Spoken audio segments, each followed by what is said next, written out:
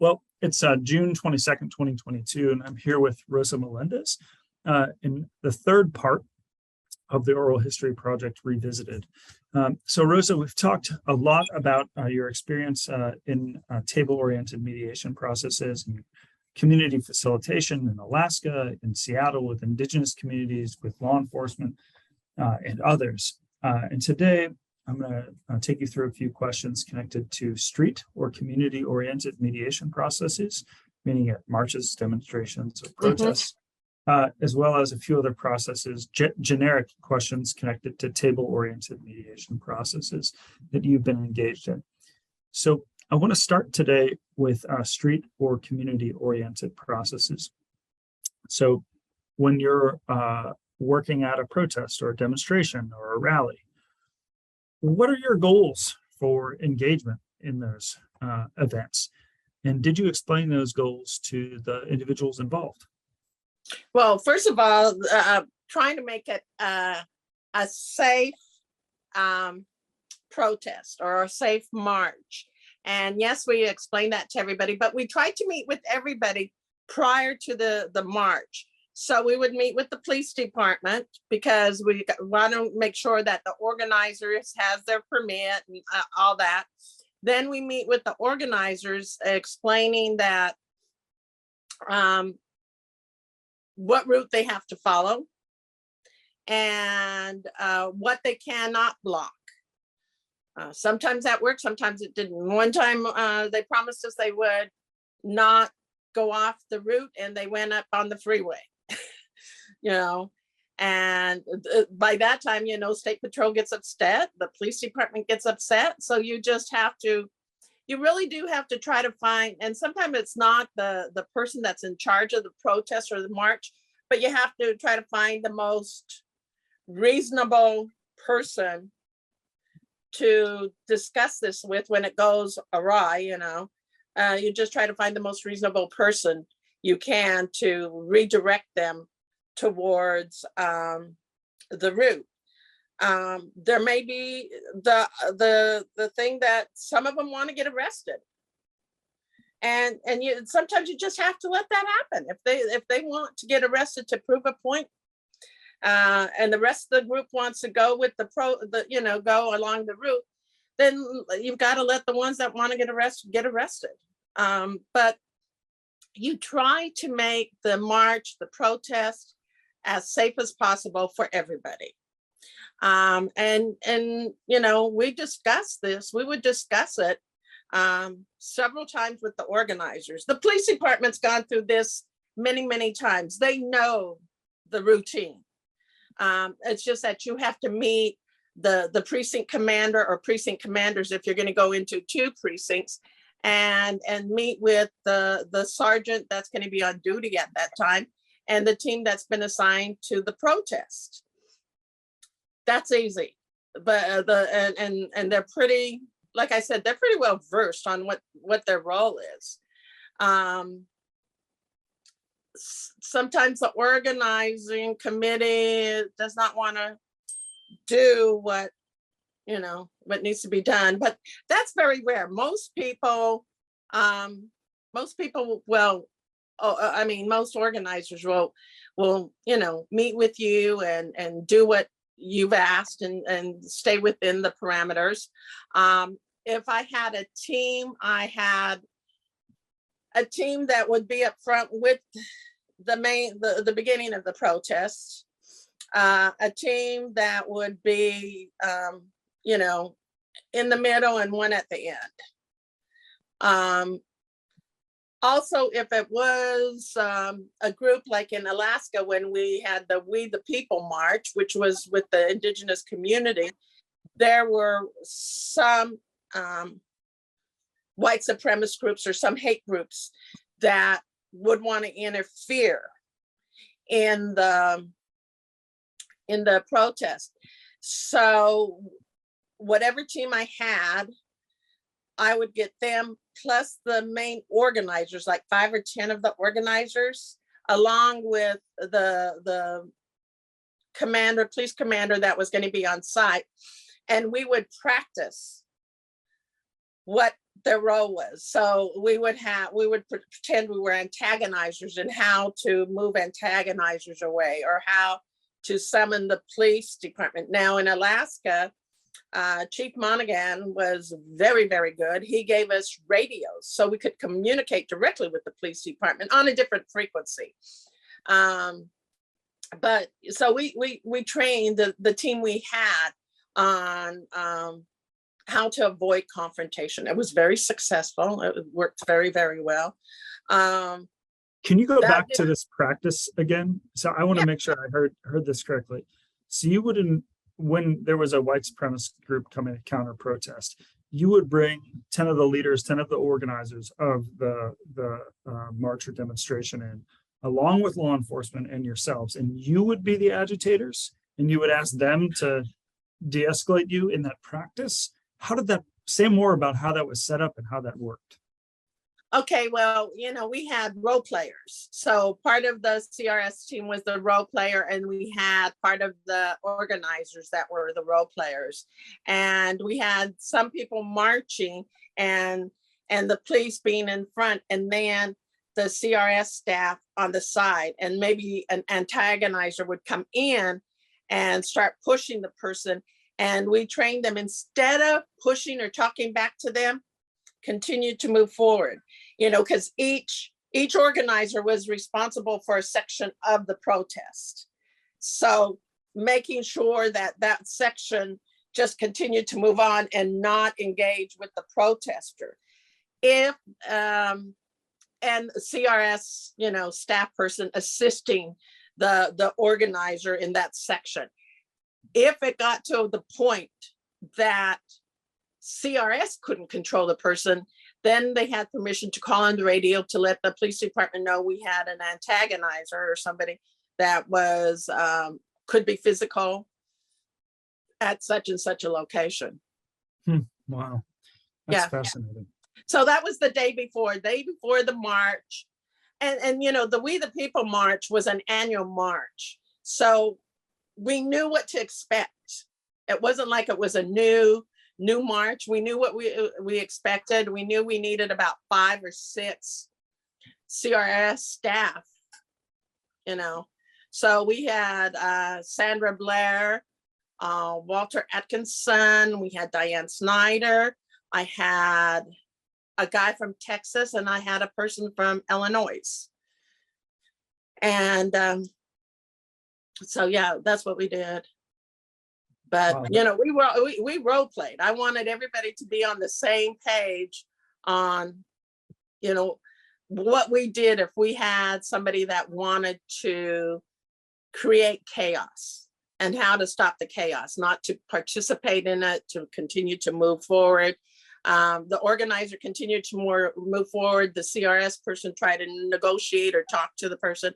If that didn't work, then call law enforcement. Did you have any other?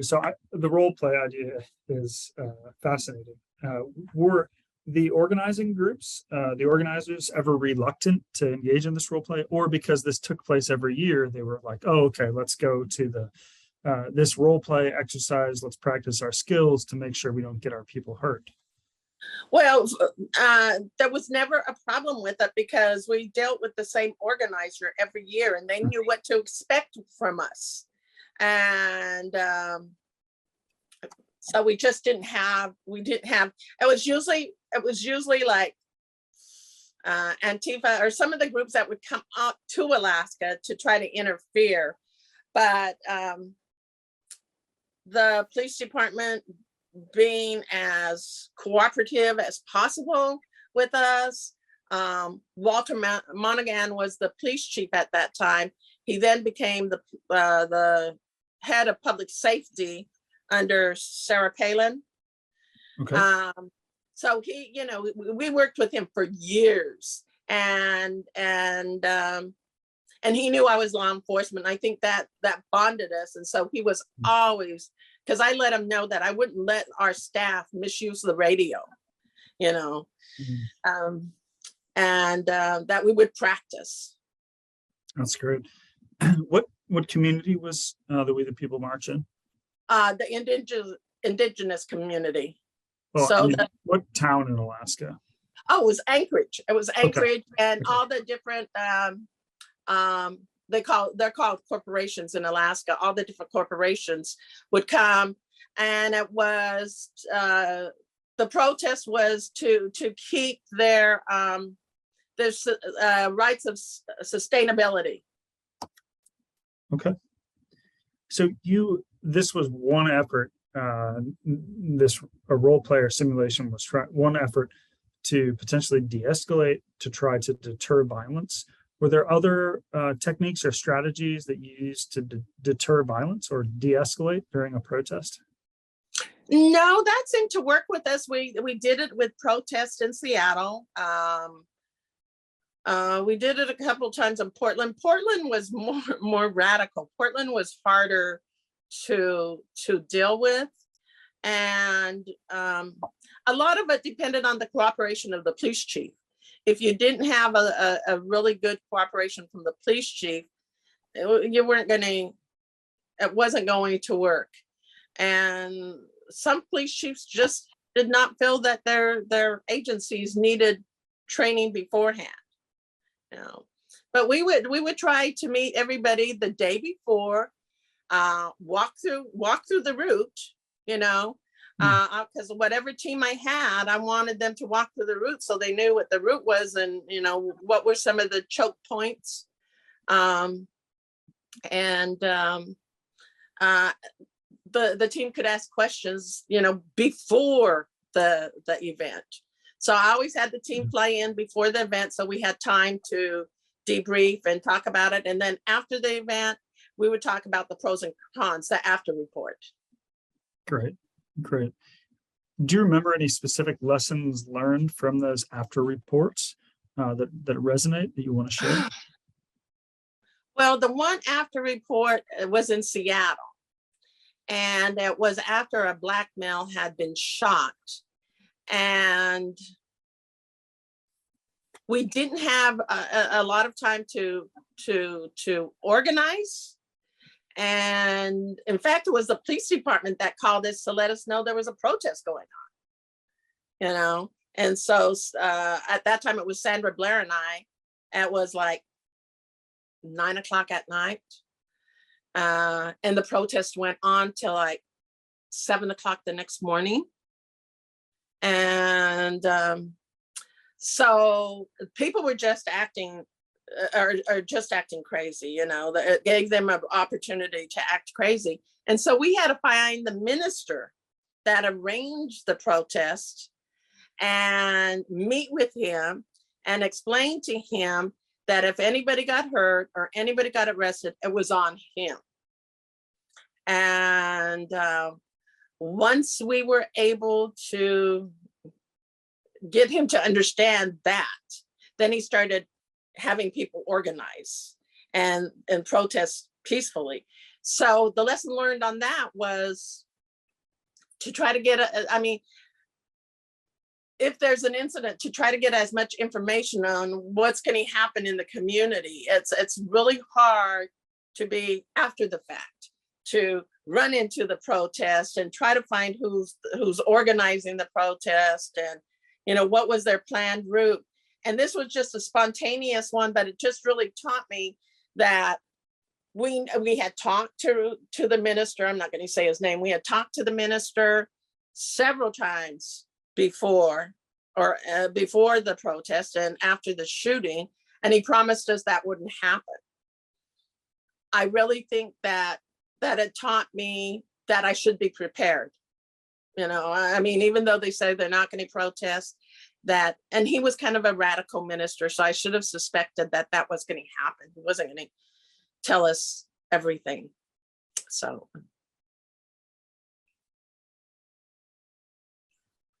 Can you say more about you said liability? Is the organizer liable for a protest, or how does that work? Or I don't know. Technically, I don't know if they're liable, but I told him as a minister, he's responsible for his flock. It's trying to be in biblical terms and all that. You brought them out here. If somebody gets hurt, somebody gets shot, the buses have to keep going through and somebody gets run over, this is all on you, you know. And I think once he got that, he kind of started putting his flock in order and getting, so it was easier to talk sometimes to the minister rather than community organizers, because community organizers, I don't think have the same respect or the same, don't feel they have the same duties that maybe a minister has for their congregation. Yeah, morally, ethically. Yeah. Yeah, those are heightened questions for ministers. Really great example. And you know, and the protests that we had, the protests that we participated in Tommy Battles, in his region was very different than Seattle. He had ministers that formed what was called the God Squad. And they were kind of the monitors. I mean, we just walked beside them. Those were easy protests. And I did try to start one up here, but it didn't have the same effect that why not? The South. I think that the South is the Southern ministers are normally, a lot of the ministers down there were African American, and the ministers up here were of all ethnic groups, and they were of all different religions, and it just didn't seem, I mean, there were some that were interested and wanted to do it, but trying to get them there to do it. I know when we had the Jewish Federation shooting, where a white male went in and went into the Jewish Federation office and shot at people. I went to, what was it called? It was Washington Association of Churches, trying to get the ministers to work together and making a joint statement or something like that. Some would not. So we had some imams from the mosque that participated with the rabbis, which was good, you know. In fact, it was a Muslim gentleman from Eastern Washington.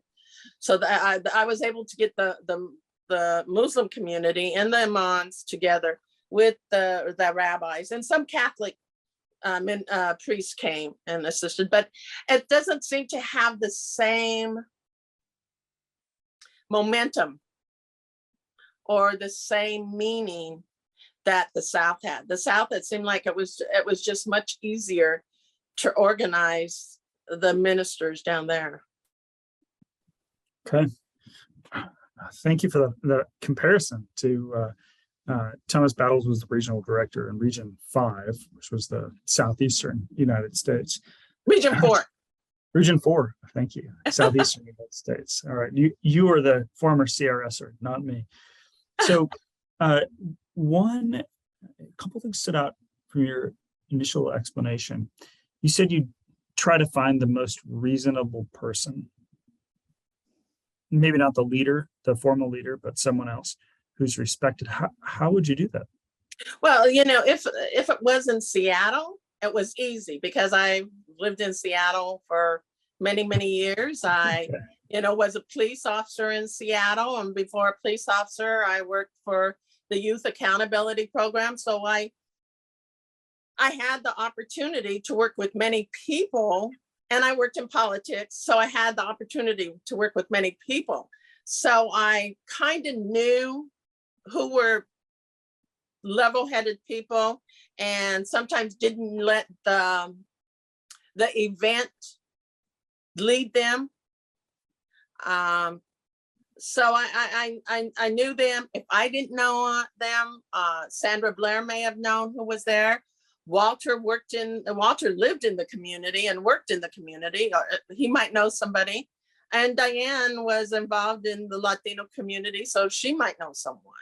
So it was, you know, one of us knew somebody, in the community. But now, if it was in Idaho, we had to depend on the context that we knew in Idaho to, I mean, I would say, okay, if this goes awry, who do we seek out, or who do I meet with before the event to talk to them? Like, yes, this person's the organizer, but you're a long-standing member of the community and you worked on different projects in the community. Will you be able to assist us if this goes awry? So it was, I mean, you have to do the work in front, and you couldn't let those people go. You had to keep in contact with them all the time, because you never knew when there was going to be a situation that would go, and what was going to kick it off. So like Walter was responsible for the state of Oregon. Diane Snyder was responsible for Idaho, I think. No, Walter was responsible for Idaho. Diane had Oregon. Sandra had Washington State, and I had Alaska. Okay. So there's one other phrase that stood out that I want to follow up with. You said, generally the organizers would do what you'd ask of them, like you'd make some asks of them. One of those, I gathered, was to follow the parade route, or the protest route that was previously identified. What else would you ask of organizers to do? We didn't want any of the group that they were leading to be physical with anybody. Mm-hmm. We didn't want derogatory language or racial language. God, I wish I had my cheat sheet. I don't have it with it. Like, we would talk about the rules of conduct, there's A, B, C, D, and I'd go through them, and everybody would say, yeah, and then, like I said, sometimes I'll just talk about one time when there was another shooting in Seattle, and NAACP had a new young leader. Now, I knew the previous leader in NAACP. I also knew the state director of NAACP, and they all agreed that we were going to follow this parade route. Well, the new young leader of NAACP decided he was going to go on the freeway. So now I have the commander and the lieutenants of SPD, Seattle Police Department, looking at me like, you promised me. And I'm like, this was a part of the plan. So I had to go get some of the older generation NAACP people to say, hey, you guys, this wasn't part of the plan. Can you help us get the group back, on the streets and off the freeway? And they did. But like I said, the ones that chose to be arrested got arrested. And sometimes you just got to let that happen. Mm-hmm. And it's not a failure on your part. If they don't tell you, if they're not honest with you, after that, we never trusted what that person told us, because I have to live by your word. If you tell me you're going to follow the route and then you don't, I'm not going to trust you the next time you lead us in a parade. And I would tell them that. I would say, and I knew him personally. I'd say, I don't trust you, and I'm going to be watching to make sure you stay within what we talk about. And then some people didn't want to get a permit for and I go, well, if you don't get a permit, you're going to get arrested because you can't block city streets. So, but we would go through the ABCs of, what did I call them? The rules of courtesy or something like that. But I don't have that sheet with me anymore. That's okay. This is great. This is great. So did you ever train demonstrators or advocates in order to help them more effectively advocate for their own interests? I didn't. I think Sandra Blair did a group, and I think Diane did a group. And what was involved in that training? I think with Sandra, she worked with a community in Eastern Washington, and I know it was with the Latino community because it was always a Latino community, because it was a lot of migrant workers in Eastern Washington because of the orchards and, all that. And it was just, I think she talked to them about what their rights were.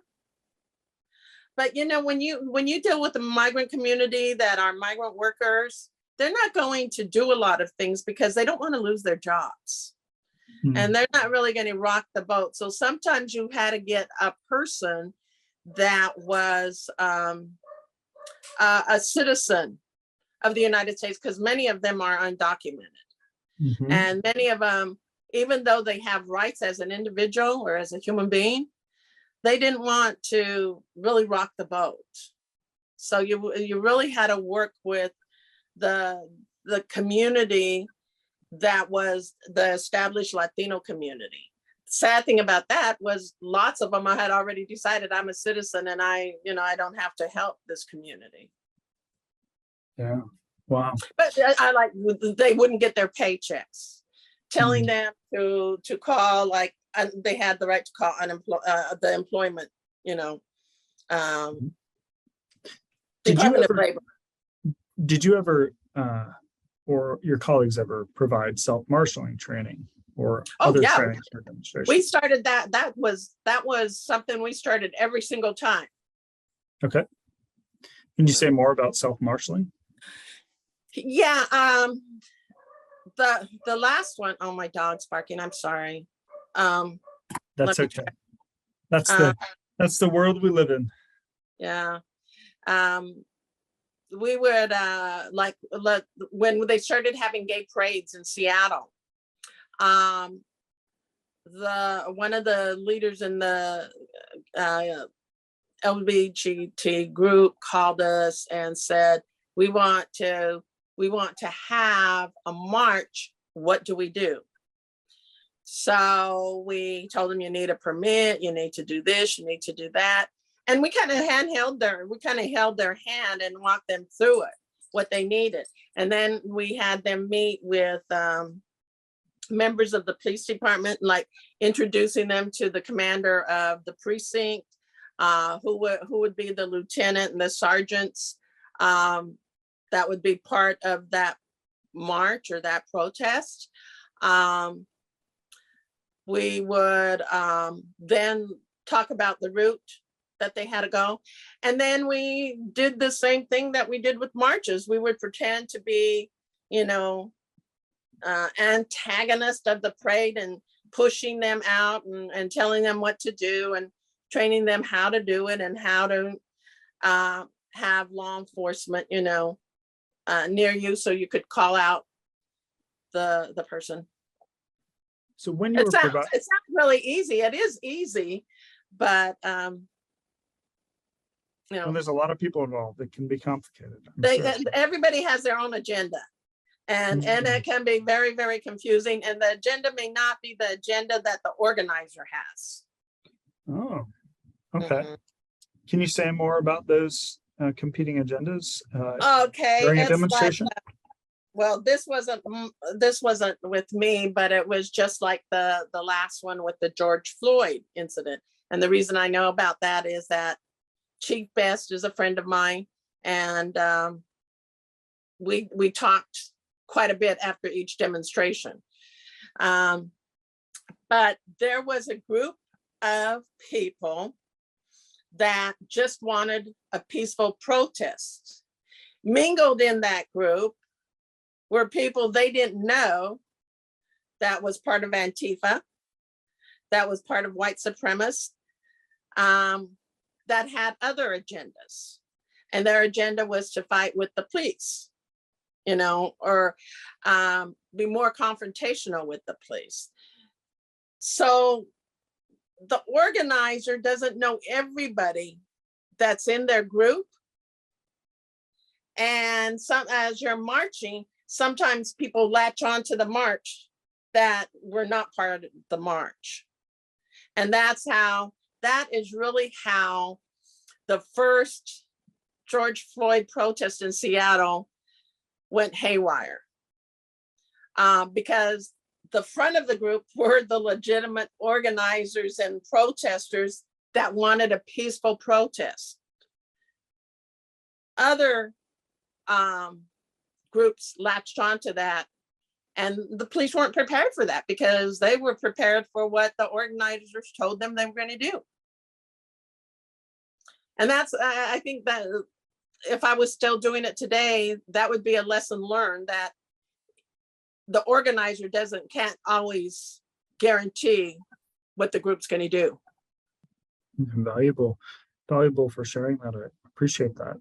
When you were providing self-marshaling training and other similar training, for example, at the We the People March in Alaska with the law enforcement and the organizers, were you still neutral? Was that a neutral role?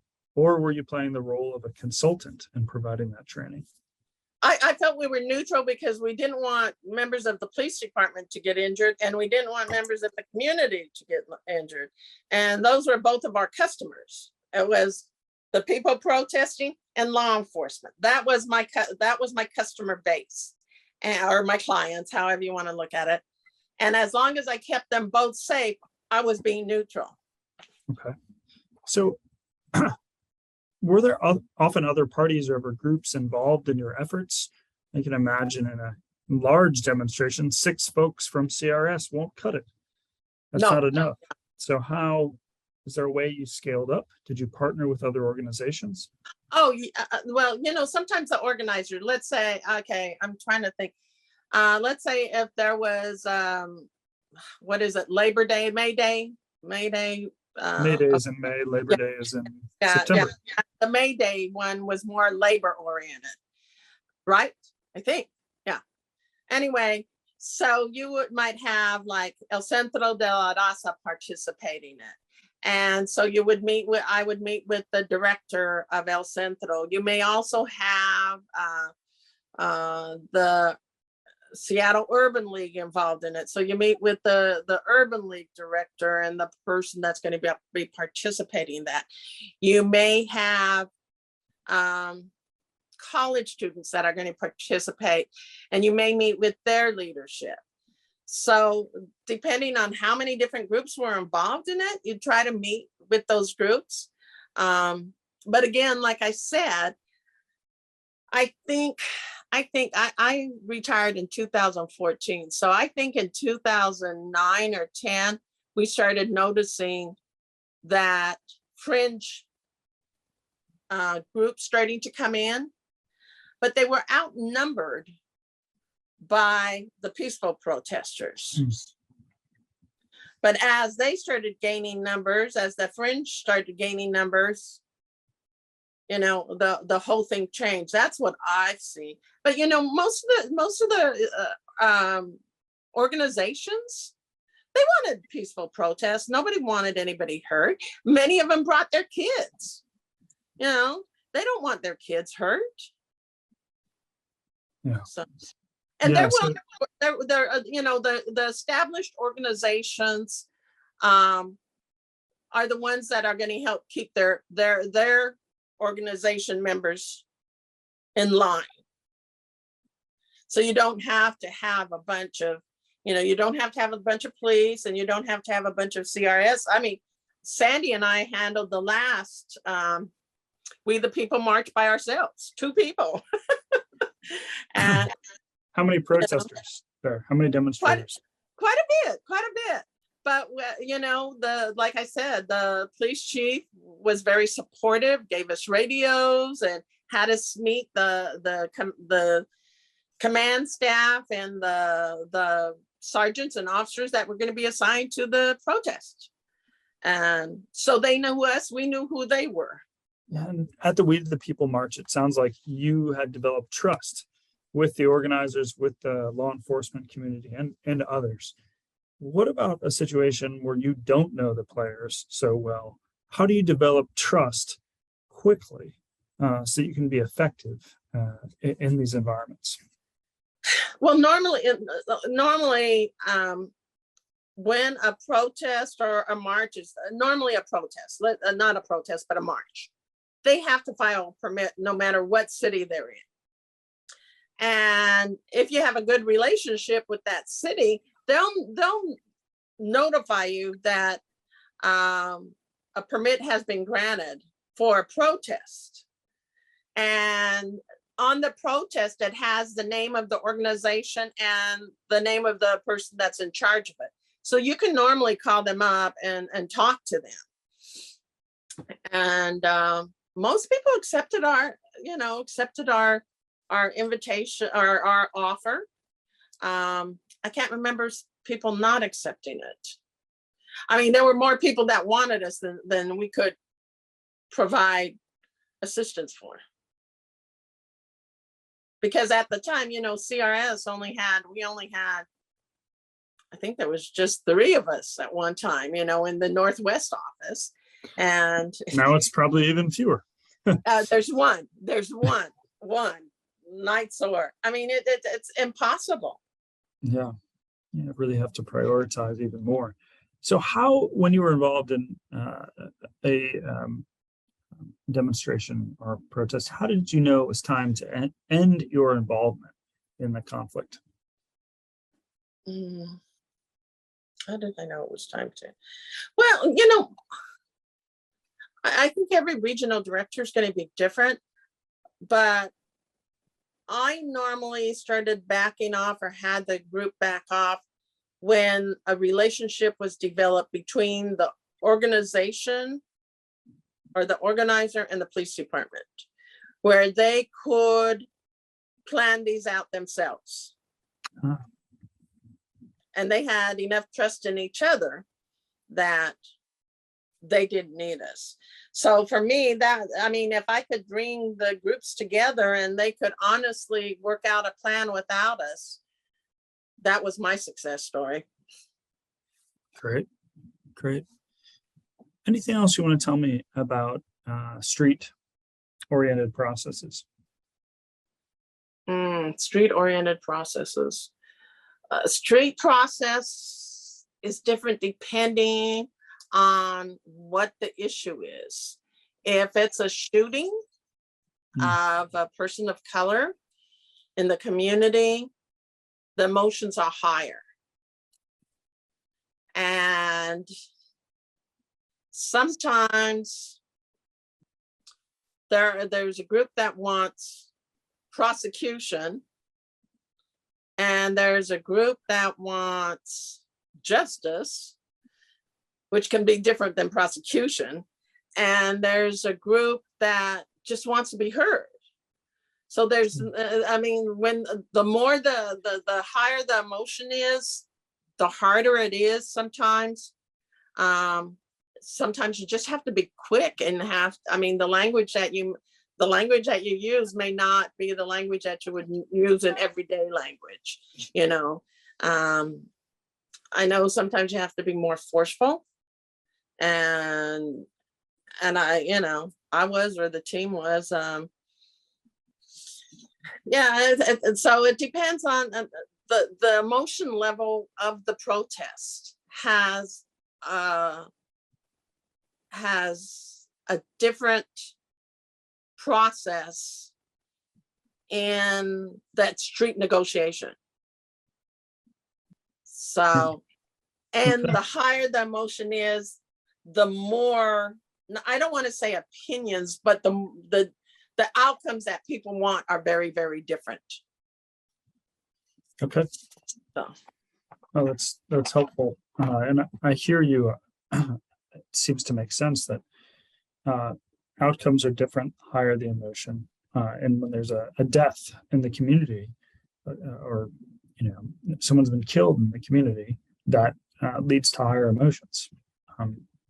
And that all seems to make sense to me. Before I move back to a couple of questions that I neglected in the table-oriented process, anything else you want to say about street mediations? I can't think of anything right now. No, that's great. This was really dynamic. I appreciate that. So we talked about a number of table-oriented mediation processes. the one that sticks out in my mind from our first conversation, oh gosh, back in December, was the table-oriented mediation process following the shooting of the indigenous woodcarver who was blind or hard of He hearing. was, Sorry, was he was deaf, partially deaf and partially deaf. partially crippled in one leg. So that's the one we talked about at length, and there were other issues as well. You talked about with school boards. I want to talk generally, though, about some questions generally about your techniques for table-oriented mediations when you're sitting down with groups. So I wonder, you can imagine in a police-involved shooting, like the one of the woodcarver, the indigenous woodcarver, you can imagine there might be a disagreement over facts. How did you, as a mediator, address or deal with a disagreement over facts? On the woodcarver, it was really easy because the spokesperson for the police department stated that John T. Williams ran after the officer, and that's why the officer shot him. Everybody that knew John T. Williams knew he couldn't run. And the officer had stated that he yelled at the individual and he knows the individual heard him, but everybody that knew John T. Williams knew he was partially deaf. And he wasn't carrying a knife to injure anybody. People that knew him knew he was a wood carver, and a very good wood carver. And then the people on the street, like driving by, that had no interest in this whatsoever, would call up and say, that's not true. That's not what happened. I saw it. You know, so that was easy. That was easy because there were people on the street that did not know John T. Williams, had no interest in it. I mean, they weren't family members or law enforcement officers. They were just witnesses to the whole thing. So that was really easy to lay the facts down.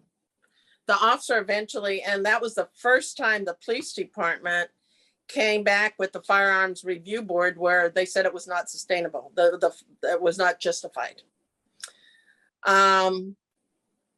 I think that helped the community a little bit. It kind of brought the level down. That first of all, the police chief or the spokesperson apologized for the first, information. That helped me in talking to law enforcement as a training situation.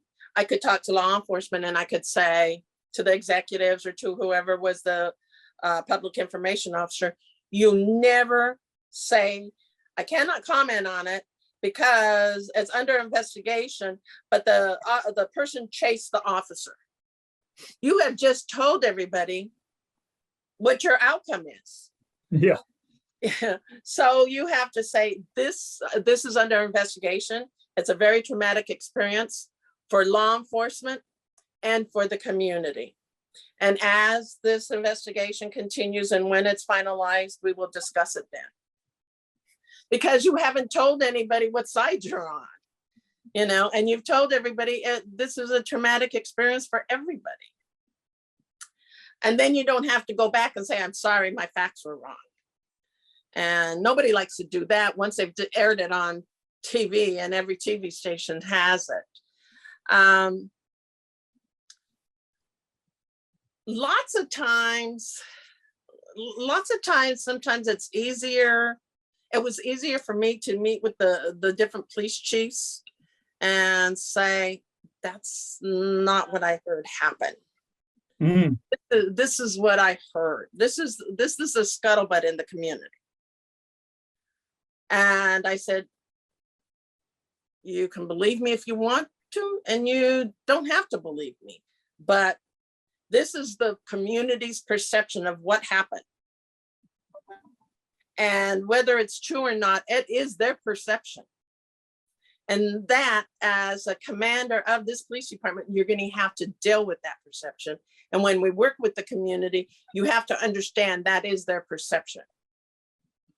Regardless of whether it's true or not. That's the Right. perception. You're going Right. to have to deal with it. Right. Hmm.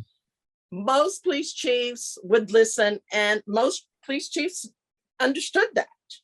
You know, some of the smaller city police chiefs, like I had one police chief in a small city in Washington State, didn't believe me, and felt that I was advocating for the community. Hmm. And I had to say, no, I'm not. So then what I had to do, because it's a small community, is I had to, and this was one of those ones that wasn't successful, Bill. I had to call the mayor and the city attorney and say, I think we need a meeting so we can all be on the same page of how the Latino community feels about this. The mayor was understood where I was coming from. City attorney understood where I was coming from. The police chief wanted to stand up for his officers. And the sergeant had no idea what my background was and accused me of citing or representing the community.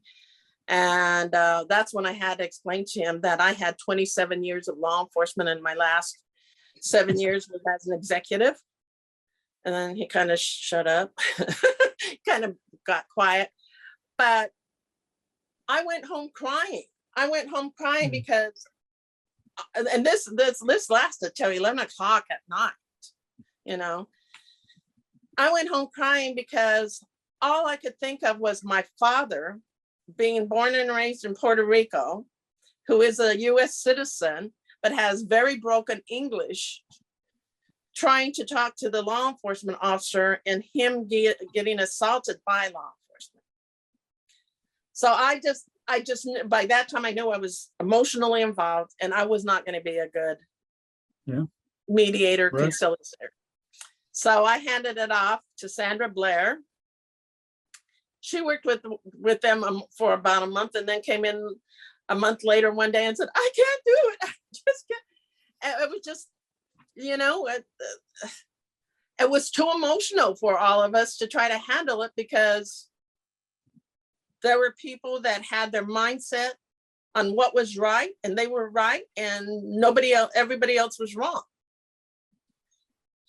Yeah. So now Wow. that doesn't always, it doesn't always go the way we want it. And I think the thing I'm trying to say about this one is, we as conciliators, regional directors, mediators, have emotions too.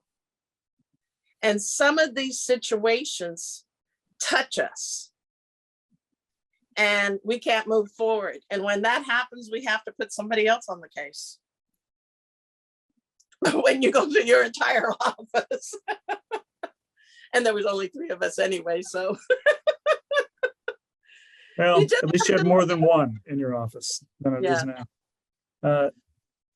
That's a great illustration and a great lesson for mediators generally. Thank you for sharing that. And we've all failed as mediators to get to a resolution in certain contexts, so it's okay. I'm with you. So how did you deal with fundamental disagreements over values? So perhaps religious values. Maybe the indigenous community and the police department or the city have different value structures, or the Board of Education and the indigenous community have different value structures. How did you deal with disagreements over values? First of all, I would ask them, what's priority number 1? You know, for both of them, for whatever groups I'm working with, what's your number 1 priority? Eventually, we would get down to something that they all agreed on as a priority. And I would build, and you know, Sandy and I were a good team. Sandy and I knew how to work off each other. And where she saw that I was kind of stalling, she could pick up. So we worked really well with each other. We always worked on a team on some of these more difficult ones in the state of Washington. And I think that was this was her state, and I was here too. So it was easy to work off. And, but we would build on what they all wanted safety for the children. They all wanted the children to have a good education. So we build off that. What can we do instead of disciplining the student or suspending them? What other things could be done? What can the community do to help the student? You know, so finding that one common interest and then building off of it, you know. And the one thing, I don't care what community you're in or what school you're in, everybody wants their kids to be safe. And if you can get everybody to agree on that, then you start building off it. So you have to find that common thing that they all agree about on that's important to them, and then build on it. Finding and looping back, we call those common interests in the training. Right. Finding and looping back to those common interests when they have values that are distinct from one another. Wonderful. So how did you deal with power disparities at the mediation table? Maybe one party has all the power and the other party is voiceless. How would you work through that issue? I'm trying to think of one that happened, but I can't think of one.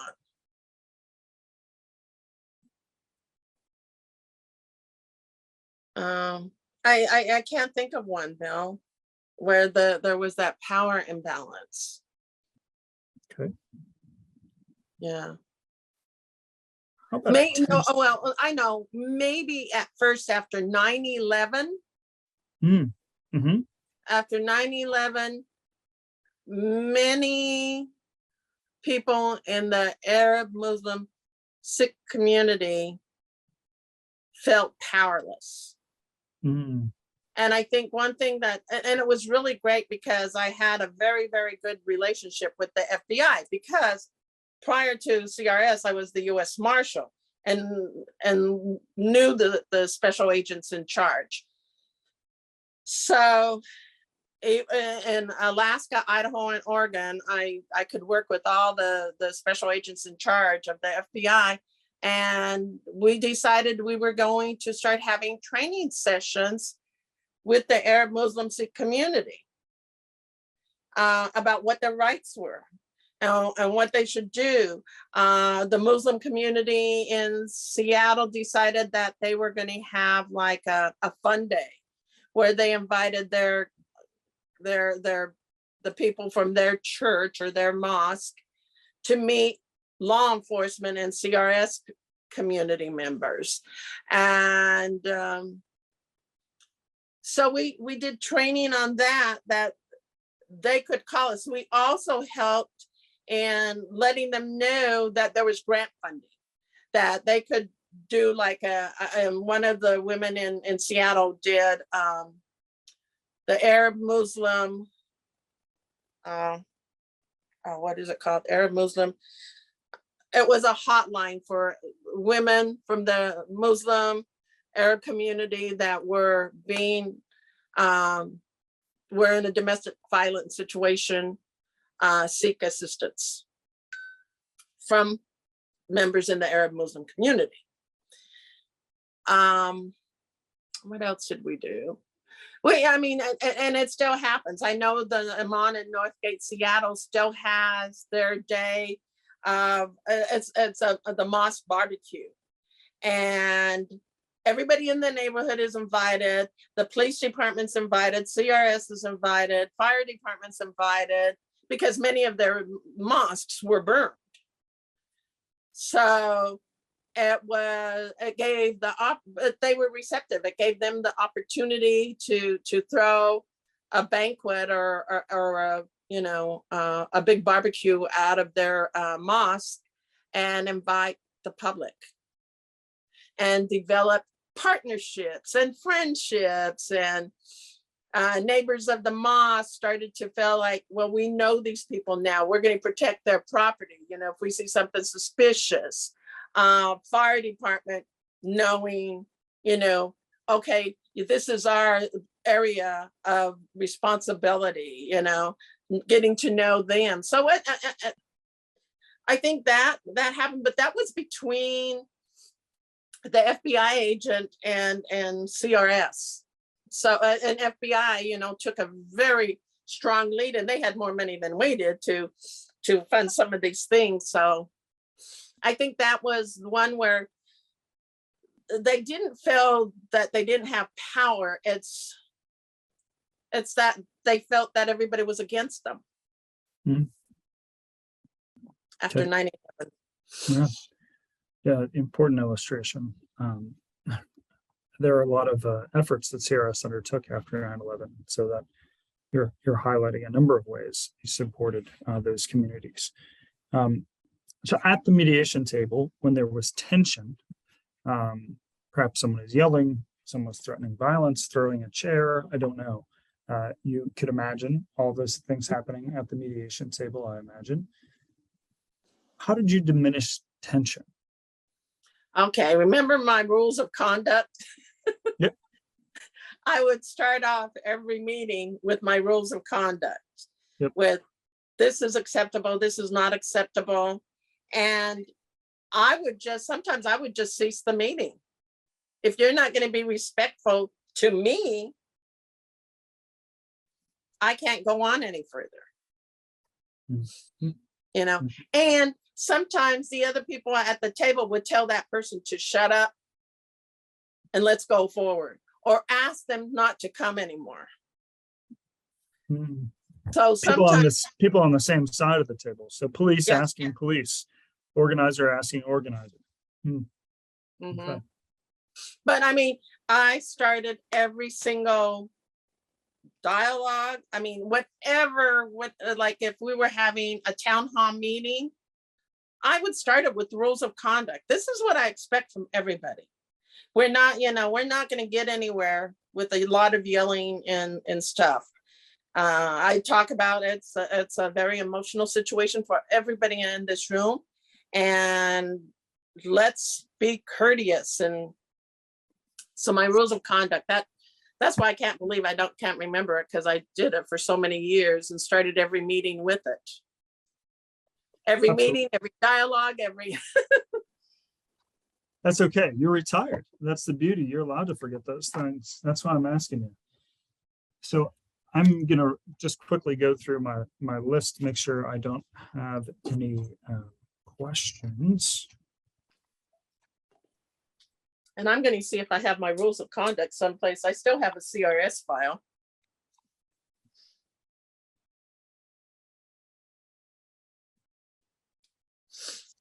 I'm just double checking. So I know we were on the schedule for 2 hours today, but I just have a couple last questions for you. Two more kind of generic questions. One is there anything that I should have asked you that I haven't asked? I know now you got to think back 7 months, as I had to do this morning preparing for this interview. That's okay. But really, Rosa, if there's anything else you want to say, the floor is yours. I'd be delighted to hear it, or something that stood out as you were thinking. Well, about the only thing I want to say is, and I said this at the beginning, I said it during, and I've said it after. My mother was like a community organizer while I was growing up. Mm-hmm. And I can remember saying that when I grow up, I'm never going to do this to my kids. Take them to me, dragging them to meeting. Well, my kids will tell you they went to many, many meetings. And I think that I was born or raised to be a CRS employee. It was in my DNA. It was in my bloodstream. I had a lifetime of education for it. I remember as a young person seeing things not go well and where they resulted into. I've seen police departments make many, many changes. And I think it's really sad since the George Floyd incident, because I think it has frightened some police departments on like, well, why did we do all this stuff? Why did we do all this training to put us back here? I know that like in Seattle Police Department, they lost a lot of morale and they've lost a lot of officers. I know in law enforcement in general has lost a lot of officers. But I feel like I've lived a life of fulfillment. I worked as a police officer on the streets, so I know what law enforcement goes through. I worked as a law enforcement executive. I worked as, even though I was regional director, we don't have this luxury of being a regional director. We had to work from the ground up.